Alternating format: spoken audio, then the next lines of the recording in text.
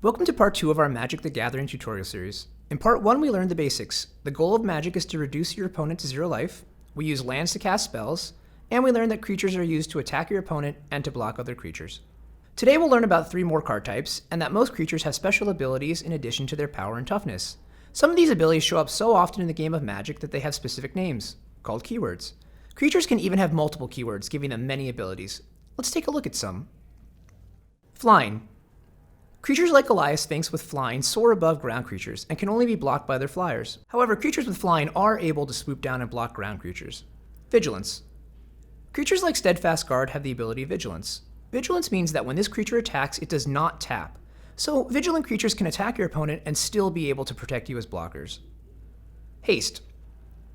Creatures like Tenement Crasher have the ability Haste. Haste means that these creatures do not suffer from summoning sickness and may tap and attack the turn they enter the battlefield. Haste creatures are quick, unexpected attackers. First Strike. A creature like Black Knight has the First Strike ability. Like its name implies, these creatures strike in combat before creatures without First Strike. So, if Black Knight fights Runeclaw bears in combat, the Black Knight will deal 2 damage to the bear before the bear even gets to deal damage. In this case, 2 damage is enough to kill the bear, and the Black Knight won't take any damage at all. First Strikers are dangerous because they have the ability to take out creatures before those creatures even get to fight back. Trample. Dustdale Worm has the ability to trample. Normally, an attacker deals all of its power to a blocker regardless of how much toughness that blocker has.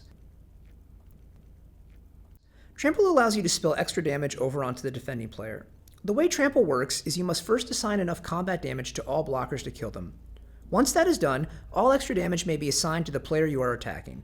If Dustdale Worm is blocked by a creature with 1 toughness, there would be 6 extra damage that would spill over to the player being attacked. Trample creatures are big brutes who smash through tiny blockers. There are lots of keyworded abilities, and some of them are more common than others, but don't worry if you see one for the first time. Most of them have reminder text to explain how they work. In addition to keywords, creatures can also have other types of unique abilities. Here are 3 categories those abilities fall under. Activated abilities. Let's look at Archivist. This creature has the ability Tap, Draw a Card.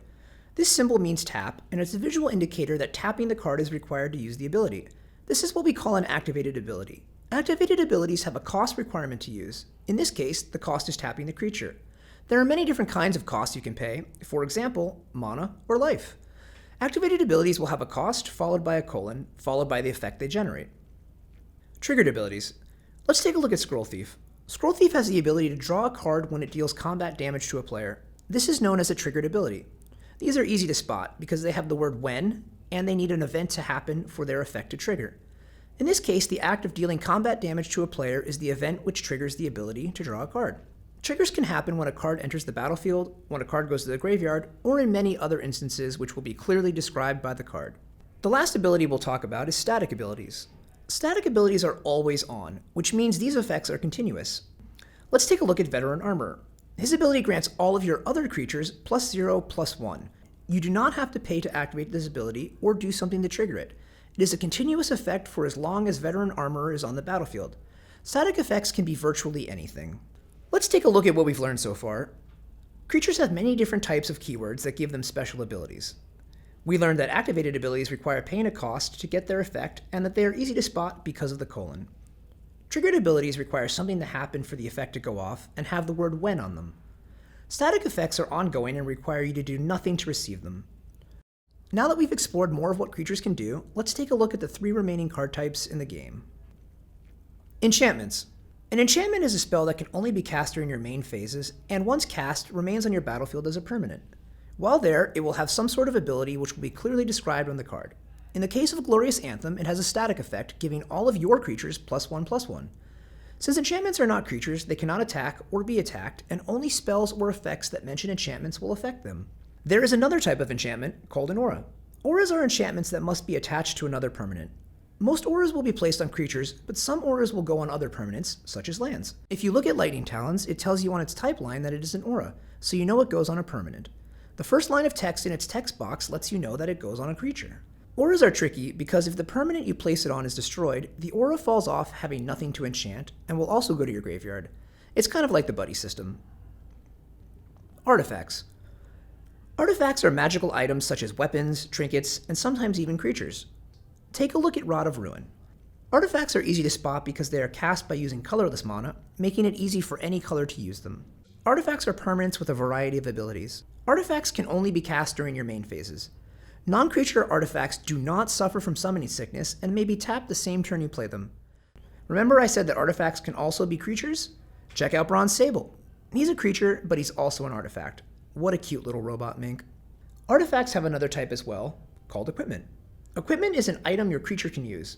Once the equipment is in play, you simply pay the equip cost, target your creature, and your creature will receive all of that item's benefits. If we look at Bone Splitter, we see it costs 1 colorless mana to play, and you may equip it for 1 colorless mana. When your creature picks up this axe, he gets 2 additional power. What a deal. The benefit of equipment is that if a creature holding the equipment dies, he drops the equipment onto the battlefield, where it will sit until it is re-equipped. Also, unlike auras, equipment can be moved around your creatures on the battlefield by paying the equip cost during your main phase. Your creatures can increase their stats and learn a little bit about sharing. Planeswalkers. In Magic, players take on the role of powerful wizards called Planeswalkers, which is also our final card type. Planeswalkers represent powerful allies which you can summon to fight alongside you. Like most cards, Planeswalkers can only be cast during your main phases. Let's take a look at Liliana Vess. Pretty cool, right? And if you look at the bottom right-hand corner of her card, you'll see a number. Since Planeswalkers aren't creatures, they don't have power toughness stats, but what they do have is called loyalty. So that bottom number represents how much loyalty Liliana will enter your battlefield with. In this case, she will start with 5. Planeswalkers gain and lose loyalty by helping you out. Once per turn, and only during your main phases, you may activate one of your Planeswalkers' abilities if they have enough loyalty available to do so. Sometimes using their ability will earn them loyalty, and sometimes it will remove loyalty. If they ever have 0 loyalty, they will be placed in your graveyard. If an ability costs more loyalty than they have, you cannot use that ability. Let's take a look at Liliana's first ability. It says +1, target player discards a card. So to use this ability, we pay the cost, which is giving Liliana 1 more loyalty, and then we make target player discard a card. On the Planeswalker type line, it will say a name, in this case, Liliana. Liliana is a Planeswalker that has been around for a while, and she has 3 unique and different Planeswalker cards. Regardless of which of those is in play, they all have the Planeswalker type, Liliana. You may only have 1 Liliana at a time on your side of the battlefield. If you have another copy of Liliana, for any reason, you must decide which one will go to your graveyard. Also, like Legends, you and your opponent may each have 1 copy on the battlefield. So how do you deal with Planeswalkers? Planeswalkers are so similar to players that they can be attacked by and defended by creatures. If your opponent has a Planeswalker, when you declare your attackers, you choose which creatures attack your opponent, and which creatures attack their Planeswalker. Unlike players who lose life when creatures attack them, Planeswalkers lose loyalty, and if they lose all of their loyalty, they will leave you. Damage spells that target players can also be used to damage Planeswalkers. For instance, I can cast a spell that does damage to my opponent, and I can choose to damage their Planeswalker instead, removing that much loyalty. Let's take a minute and quickly review what we've learned. Enchantments and artifacts are permanents that sit on the battlefield and give you benefits. Planeswalkers have loyalty and may be attacked by creatures. You may use one of their abilities once a turn during your main phase, and only if you have enough loyalty to activate it. You may only have 1 instance of a Planeswalker's name on your side of the battlefield at once. Thanks for watching, and get ready for round 3. We've got even more cool stuff to show you about Magic the Gathering.